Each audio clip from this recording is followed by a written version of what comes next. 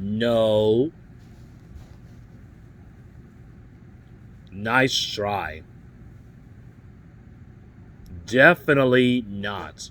Being your first customer may not be the best idea. Dear Nat and Moby, who was Madam C.J. Walker from Marla and Kayla? She was a total legend. In the early 1900s, Madam C.J. Walker was a hugely successful entrepreneur. She built a business empire selling beauty products to black women, and it might have been the first African American woman to become a millionaire. What's more, she got there by lifting others, especially women, along with her. Madam C.J. Walker was born Sarah Bree Love in Louisiana on December 23, 1867. Her parents had been enslaved, and she was one of the first of their children to be born free. And at the age of 7, she was orphaned. Then at the age of 20, she was a widow with a baby daughter. She moved north to St. Louis, where her brothers were successful barbers. But back then, basically the only jobs open to black women were as servants. So Walker did laundry and worked as a cook for $1.25 a week. And it got her by, but barely. It was backbreaking. Walker knew she wanted more than that. She enrolled in night classes and sacrificed to pay for her daughter's schooling. And then Walker's hair starting to fall out. But that was common then. Hair washing was hard without any running water, and stress and poor diets didn't even help. She tried home remedies on every fixer on the product on the market. And when she finally found the winner, she just didn't even become a loyal customer. She signed up to sell it and discovered that she was a natural. Her income doubled, and she began thinking even bigger. Maybe she launched her own company. She started mixing ingredients in her attic, even looking for a better formula. And a few years later, in 1906, she was ready to strike out on her own.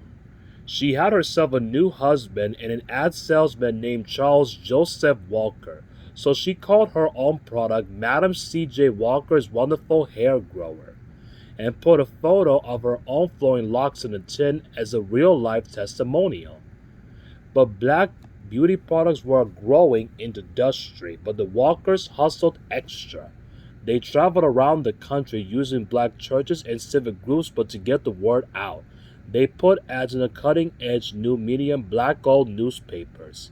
Madam C.J. Walker taught classes on hair care and how to use her growing line of products.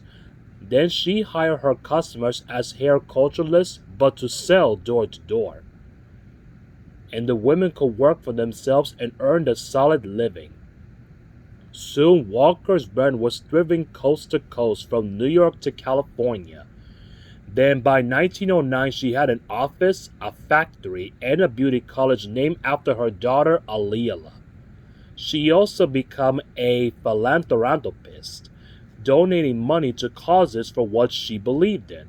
Like she gave the YMCA such a big sum that it made a national news.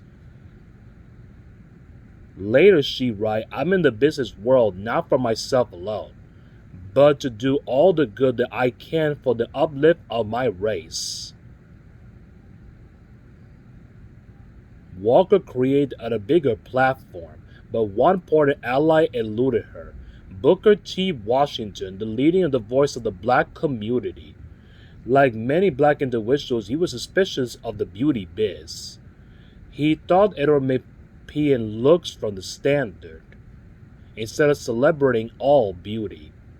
Some companies did sell skin whiteners and hair relaxers, but Walker wrote him that wasn't even her game. Finally, in 1912, she simply invited herself to his convention from black businessmen. She arrived in a chauffeur Model T dressed to the nines and hyping her large NYCA donation. Booker T. Washington allowed Madam C.J. Walker to address 2,000 attendees. I'm a woman who came from the cotton fields of the South, she said. From there, I promoted myself. The next year, she be a keynote speaker. With her higher profile, Madam C.J. Walker became outspoken more as a civic leader, fighting for the rights for black veterans to end in segregation. But before her death in 1919, on the grounds of her posh New York estate, she moved in with a mega rich family like the Rockefellers and the Astors, and it built her mansion close to the road to showcase what a black people could accomplish. But by then, her business had trained nearly 20,000 black women here and abroad. She set up scholarships and given up to freely to everything from NAACP to black museums, and she left most of her fortune, then more than $7 million in today's causes for her own beliefs, and to the rest of her daughter. Aaliyah will go on the Patreon to be of the art during the Harlem Renaissance. But the post in Langston Hughes called Madam C.J. Walker's daughter the joy goddess of the Harlem's 1920s. Yeah, cool, right? But hey, where did you learn how to do hair anyway? We're out of here.